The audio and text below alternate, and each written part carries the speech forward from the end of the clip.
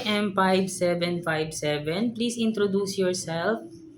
Hi to my future employer in Hong Kong. I'm Wei Punsalan. I'm 43 years old from Philippines.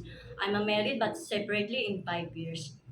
I'm a Your highest educational attainment. my highest educational attainment is I'm undergraduate in college in accounting management. Okay. And your religion? My religion is Catholic. And you have children, right? We had 4 children ages 26, 23, 20, and 15 years old.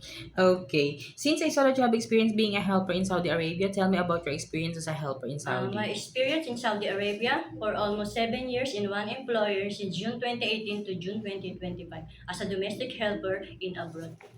Okay, your duties and My, responsibility. I also did housework like cleaning the whole house, doing the laundry, ironing, cooking a simple food, washing dishes, and gardening.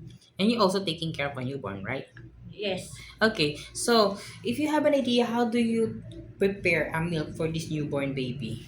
washing the hand, uh, wa- washing a bottle, uh, sterilize, uh, give a powder in warm water, and shake it well and give the baby, Okay, and if the baby is crying, what will you do?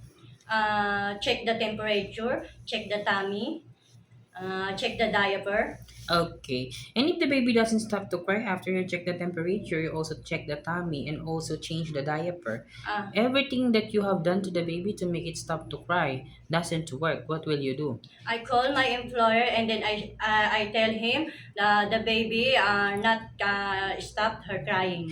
Okay, that's the right thing you should do because maybe only the parents know what to do to the baby to make it stop to cry. Why do you want to work in Hong Kong? uh, to uh, to support my family, and especially my children, to give a better life and good education.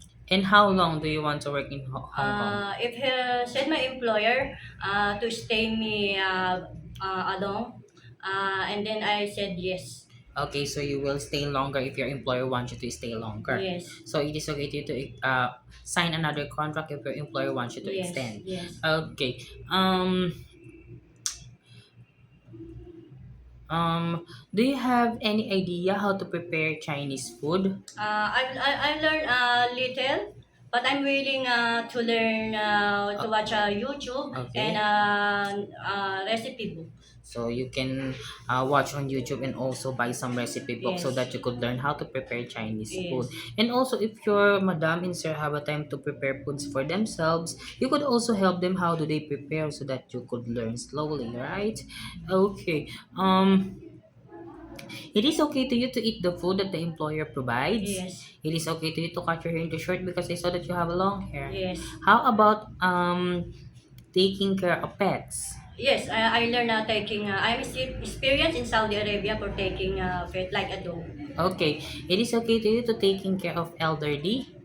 Yes, Okay, it is okay to you to share jobs as a helper. yes, yes, How about sharing room with kids? yes, It is okay to you to work on Sunday or on holiday set up by your employer. yes, How about learning Cantonese if one of your employer's family don't know how to speak English?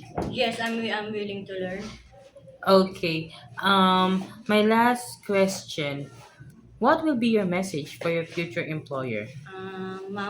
Ma'am and sir, if you hired me, I'll do and I'll give my best. Give your loyalty in your family, and I treat your own family, especially her kids.